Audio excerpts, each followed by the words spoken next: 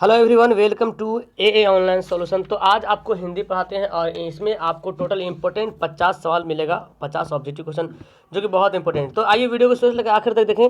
और वक्त बहुत कम है तो रिवीजन करते रहे, है ना। रिवीजन करते रहे, जितना ज़्यादा रिवीजन करेगा उतना ज़्यादा बेहतर है। रिवीजन में ही डिवीजन है। ओके, तो चलिए स्टार्ट करते हैं। सबसे पहला सवाल हमारा कि नलिन विलोचन शर्मा का जन्म जो है कब हुआ था। तो नलिन विलोचन शर्मा का जन्म हुआ था 1916 में। ओके, सेकेंड सवाल देखें।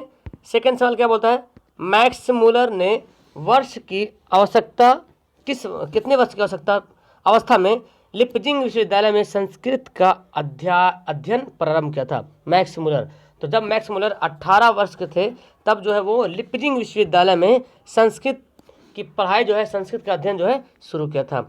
मेरे बिना तुम प्रभु पाठ के लेखक का नाम क्या है। तो मेरे बिना तुम प्रभु इस पाठ के लेखक नाम है रैनर मारिया, है ना, Rilke, Renner Maria Rilke.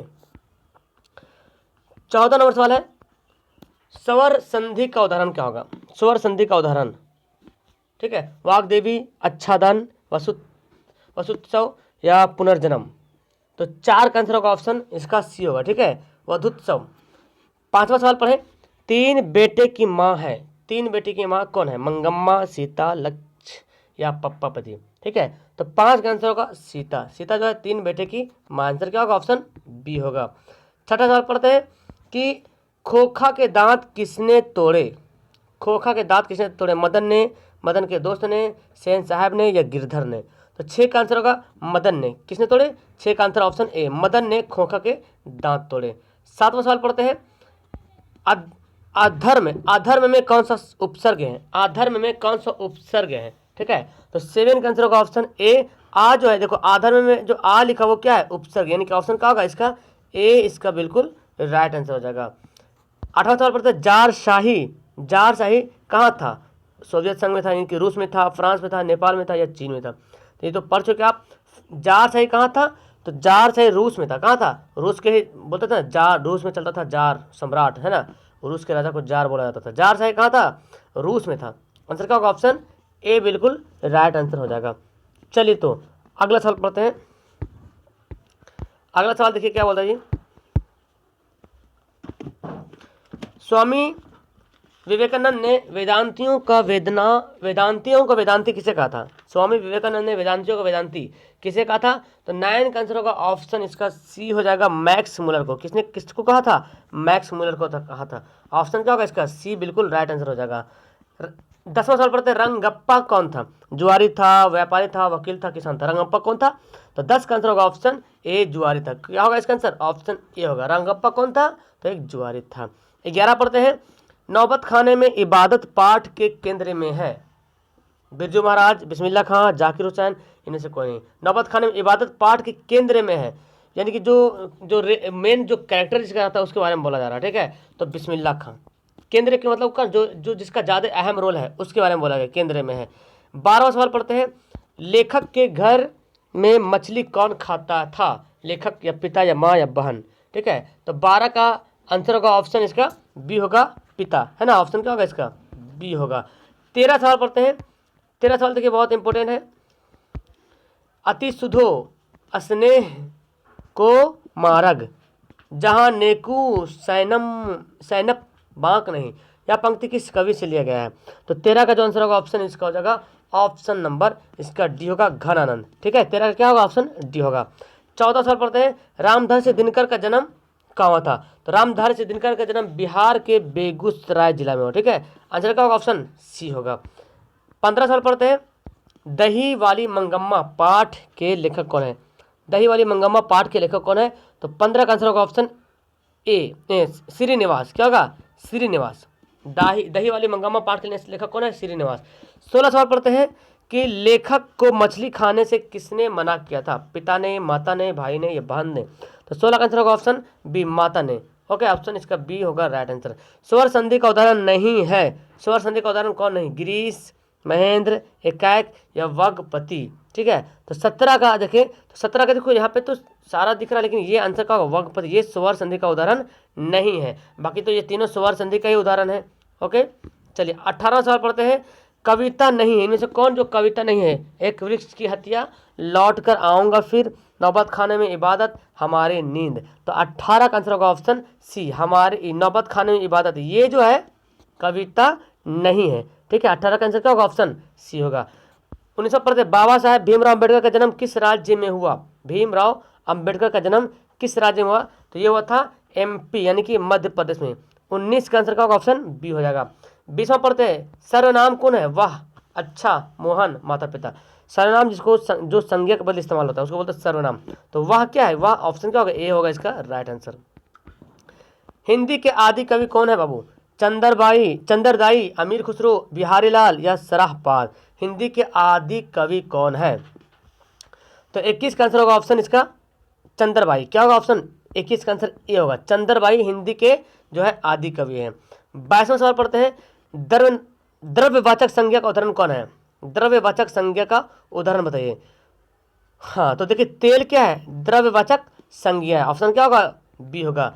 Next है, सरहपाद की कीर्ति है, दोहा कोश, पृथ्वीराज रासो, मृच्छकटिकम, मेघदूतम। तो 23 का आंसर बोले, इसका बिल्कुल आंसर होगा ऑप्शन ए, दोहा कोश, ठीक है। ए इसका राइट आंसर होगा। आगे पढ़ते हैं, तो चलिए अगला सवाल पढ़ते हैं। अगला 24वां सवाल बोलता है कि साहित्य के निर्माण में प्रतिभाशाली मनुष्यों की भूमिका होती है, कौन सी भूमिका होती है?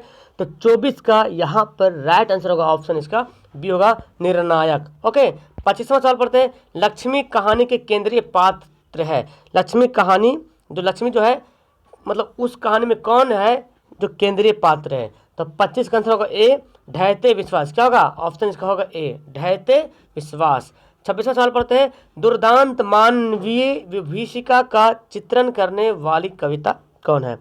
दुर्दांत मानवीय विभीषिका का चित्रण करने वाली कविता कौन है? तो 26 का यहाँ पर आंसर होगा ऑप्शन इसका सी, बिल्कुल राइट होगा, हिरोशिमा। ओके, ऑप्शन क्या होगा? सी होगा, 26 का सी, हिरोशिमा।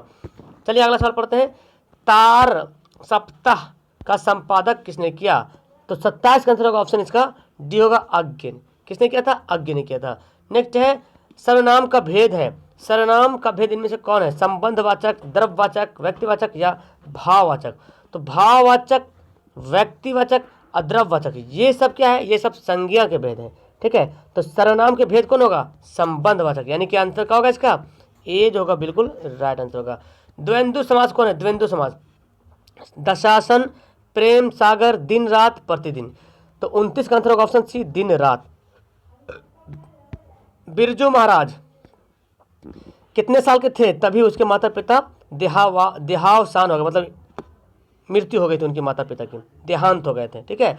तो 30 का आंसर होगा जब वो 9.5 साल के थे। कितने साल के? 9.5 साल का। आंसर क्या होगा इसका? ए बिल्कुल राइट आंसर होगा, ऑप्शन इसका ए होगा, ठीक है। जित जित मैं निखरत हूँ पाठ की विद्या है, ये क्या है? साक्षात्कार है, निबंध है, कहानी, काव्य है। तो 31 का आंसर होगा ऑप्शन इसका ए, साक्षात्कार। क्या है ये? साक्षात्कार है, जिसको बोलते हैं इंटरव्यू बोलते हैं, साक्षात्कार को इंग्लिश में बोलते हैं इंटरव्यू। आगे पढ़ते हैं, सांवरदैया खाली जगह किस भाषा के सफल कहानीकार हैं? किस भाषा के? तो 32 का आंसर होगा ऑप्शन डी, है ना, राजस्थानी, है ना। 32 का क्या होगा? Option D. नेक्स्ट है, घनानंद कवि है। घनानंद कवि है रीतिमुक्त, रीतिबद्ध या रीतिसिद्ध या छायावादी? तो 33 का आंसर होगा ऑप्शन ए होगा, ठीक है, रीति मुक्ति। क्या होगा? रीति मुक्ति, ऑप्शन इसका ए बिल्कुल राइट आंसर होगा। रामधारी से दिनकर पाठ के रचयिता है। रामधारी से दिनकर के लिखने कौन सा पाठ है? हिरोशिमा, भारत माता, जनतंत्र का जन्म या मछली? तो 34 का ऑप्शन पे क्या होगा? ऑप्शन इसका होगा बी, जनतंत्र का जन्म। ओके, 34 का आंसर बी होगा। गुणवाचक विशेषण कौन है? 3 किलो, 4 अधिक, अच्छा।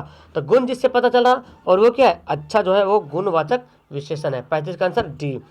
लेखक के रिश्तेदार ने बहादुर पर क्या आरोप लगाए? पैसे चुराने का, गहने चुराने का, अंगूठी चुराने का या मोती चुराने का? 36 का आंसर क्या होगा? 36 नंबर सवाल का आंसर होगा ऑप्शन ए होगा, पैसे चुराने का, ठीक है। आंसर क्या होगा? ऑप्शन ए बिल्कुल होगा, पैसे चुराने का। अगला पढ़ते हैं, सदियों की ठंडी बुझी हुई सुगबुगा उठी, मिट्टी सोने का ताज पहन उठ इतराती है। यह पंक्ति किस से ली गई? दिनकर की है या निराला की या महादेवी की या अज्ञ की?